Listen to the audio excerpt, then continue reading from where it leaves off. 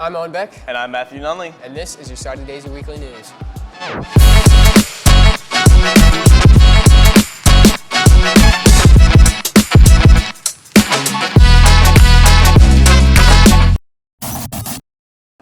For your school announcements this week, we'd like to remind you about the STEP after-school tutoring that can help you raise your quarter 2 grade. March 5th, Northside Neighborhood House will be hosting a prom pop-up shop in the Media Center. March 7th is the Hall of Fame induction ceremony and will be held in the new gym. That's all for your school announcements, and now on to your local news. Your local news for today.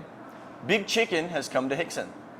Owned by legendary basketball player and Hall of Famer Shaquille O'Neal, Big Chicken has been built by the Northgate Mall located at 5118 Hickson Pike.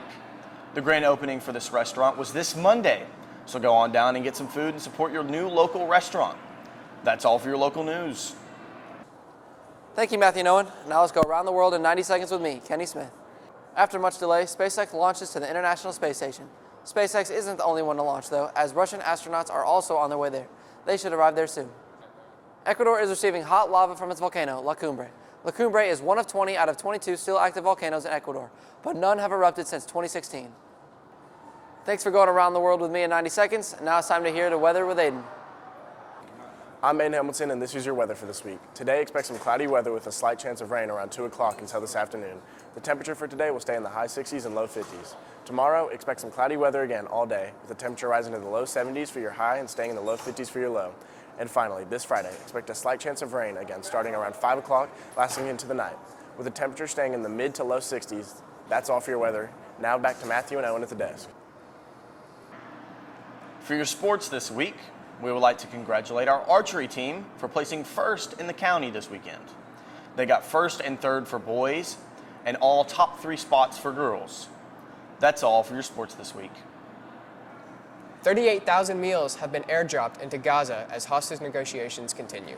Here's reporter Cole Higgins from CNN with more. The United States made its first ever airdrop of humanitarian aid into Gaza over the weekend. The airdrop included 38,000 meals in 66 bundles along the Gaza coastline. U.S. officials say more aid drops are planned, but President Joe Biden says much more is needed. Aid flowing to Gaza is nowhere nearly enough. According to the Gaza Health Ministry, at least 15 children have now died from malnutrition and dehydration in northern Gaza. We wait for hours for our basic needs. This comes after more than 100 Palestinians were killed on Thursday in a chaotic scene at an aid convoy in northern Gaza. The Israeli military released its initial findings into a review of the incident, standing by its claims that most of the victims died in a stampede to get aid. This humanitarian operation was carried out by us. The claim that we attacked the convoy and injured people deliberately is baseless. But Israeli accounts contradict eyewitnesses on the ground. Our children die of hunger. They went to get a bag of flour in order to feed their children. Some were run over, others were shot.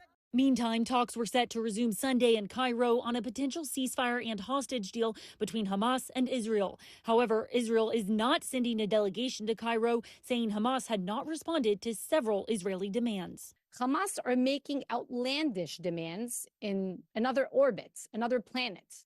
If Hamas can come back down to reality, we'll be able to have a deal. I'm Cole Higgins reporting.